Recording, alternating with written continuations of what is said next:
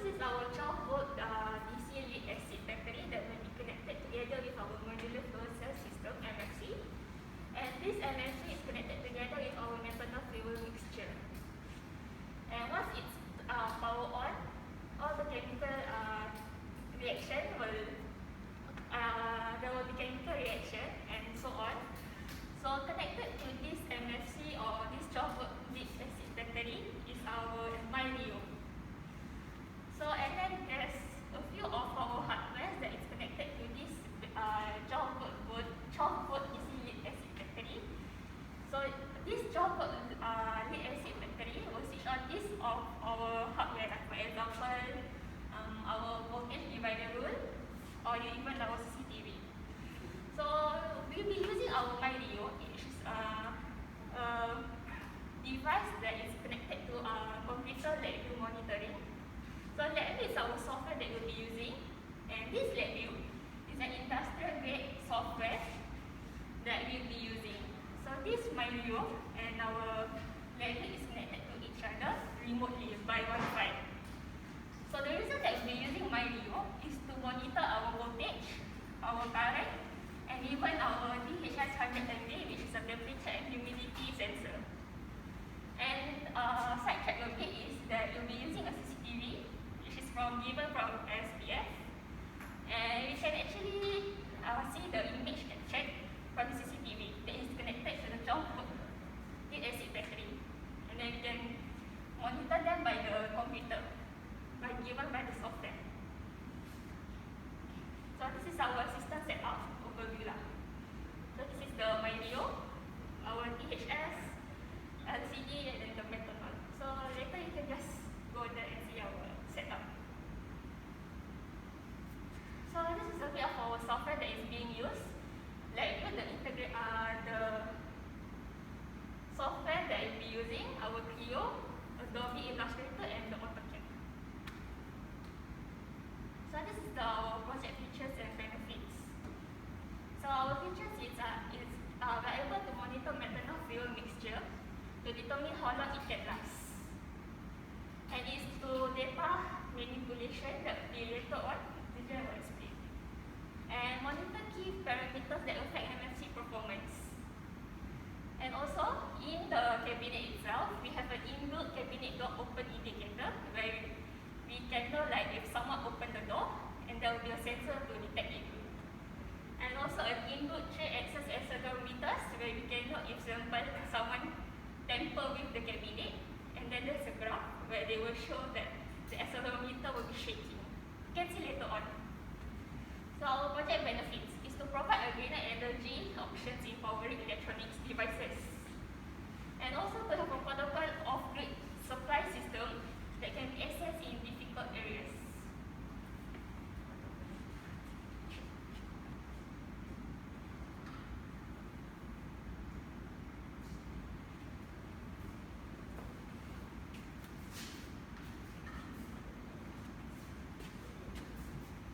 So now I'll be talking about the data gathering method. Firstly, the first data we want to gather is the ambient temperature. It's gathered by THS sensors because MFC cannot operate under high ambient temperatures. For example, 60 degrees. Why does it so? The next picture will show. So the MFC will indicate an error showing that the ambient is over temperature, meaning it's over 60 degrees Celsius. And the MFC will stop operating once the ambient temperature hits over 60 degrees Celsius. Next. Fuel weight. The ultimate goal for us is to measure the fuel usage and determine how long can the fuel last. So the fuel weight is measured by digital weighing scale to justify our calculations to determine the fuel consumption. Next. The lastly is the output voltage and current. This output voltage will be measured by voltage divider and Hall current sensor to do some experimental calculations in determining fuel consumptions. Next. So this is our communication protocol we use to communicate data and data transfers in the system. So first is the Modbus communication protocol. Modbus communication protocol is a serial communication protocol designed by Modicon, but now is owned by Schneider Electronics. It is and this Modbus communication protocol contains 3 communication types. First is the RS-485. RS-485 is mainly used in our project today because it serves as it acts like a universal serial bus communication USB, so it's very easy and readily available in our project. And this RS-485 is used for THS and MD sensors. Yes, next. Analog input on micro expansion port is used for voltage divider and hall current sensors. This is very direct and is readily available also. Next is UART. UART stands for Universal Asynchronous Receiver Transmitter. It is a one-to-one device hardware communication protocol and is on micro expansion port. Okay, it is used for LCD. Next. So this is our LED GUI. As you can see from the graph here, this graph shows the accelerometer. If someone tampered with the cabinet or touch the Mario, the accelerometer will go up and down, which I can show to you later in the demo. So others is like voltage, current, and power. And we also want to monitor the thermometer, the humidity. We also have the door opening indicator showing that the door is open. All of this can be shown in the demo later. Next. These are our calculations.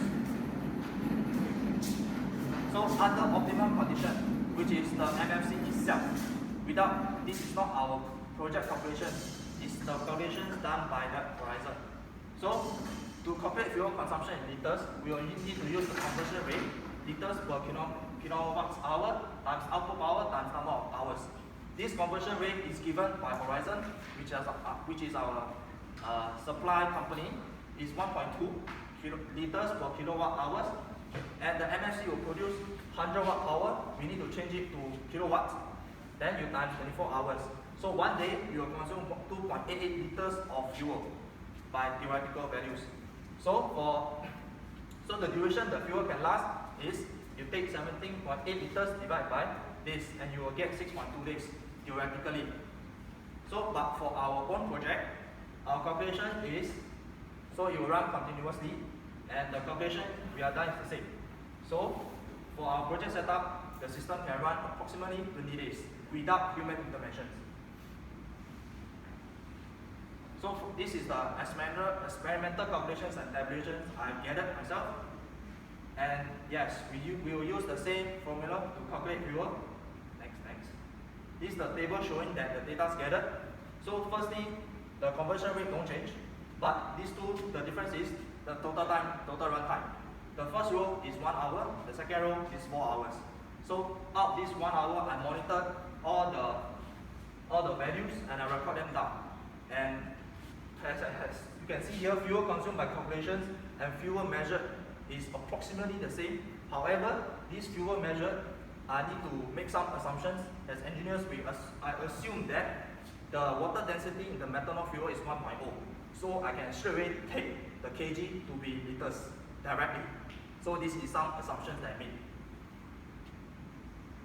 So in conclusion, from the data gathered and manipulations, the actual fuel consumption by weight is different from the calculated consumption. However, this difference is not that much. So yes, the output current is not stable throughout. Next, the power output is not constant. And all in all, system is working with all the electronic devices connected.